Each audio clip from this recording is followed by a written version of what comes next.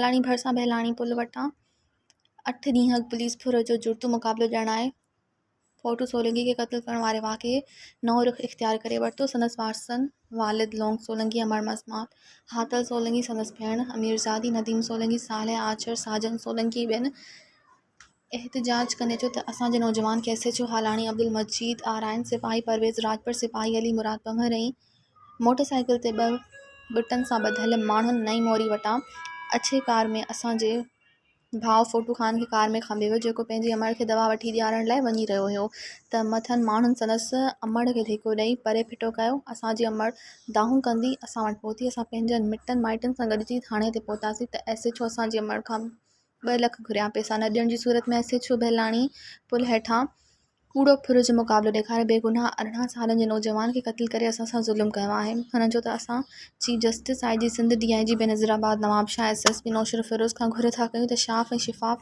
जांच कराई वञे। साईं मसलो इहो आहे त असांजो छोकिरो जेको आहे शाम जो 6:30 बजे हितां पंहिंजे माउ खे खणी, जेकी मुंहिंजी ससु आहे, इहे बीठी आहे, हिनखे खणी हालाणी दवा लाइ पियो वञे। नई मोरी लॻ जंहिंमहिल नई मोरी खां पहुता त हिकिड़ी अछे रंग जी कार ई टूटी, जंहिंमें हिनखे अॻु ॾिननि, अॻियों हथ ॾिननि, तकड़ में बीहारे हिनखे छोकिरे खे ज़ोरी करे गले मोटी लाहींदा, तशदुद कंदा ऐं कार में खयां SHO अब्दुल मजीद आराई, परवेज़ राजपर सिपाही, अली मुराद पंवर सिपाही ऐं 2 हिकिड़ा वर्दीअ में नामालूम जेके ॿार न सुञाणे सघिया ऐं 2 हिकिड़ा प्राइवेट माण्हू आहे मोटरसाइकिल ते, जिन खे बुटूं आहे हलाणी तरफ़ हलिया विया। पोइ हिते ॿार आया, असां घर कोन आयासीं। असांखे चइनि ॿुधाइनि त असांजो छोकिरो हीअं तशदुद करे कार में खणी वियो आहे। जेॾीमहिल हिते आया असां कोन आयासीं। पोइ हितां क़ुर पाक खणी आया आहिनि हुन ॾे त जंहिं चयो आहे त मूंखे 2 लख रुपया ॾियो न त मां हिनखे फुल फ्राए या हाफ फ्राए कंदुसि। असां जब असां ग़रीब आहियूं, असां 2 लख रुपया काॾे आणूं? हुन छोकिरे ते को केस आहे न, का ॻाल्हि न, मुआ न, चोर न, चकार।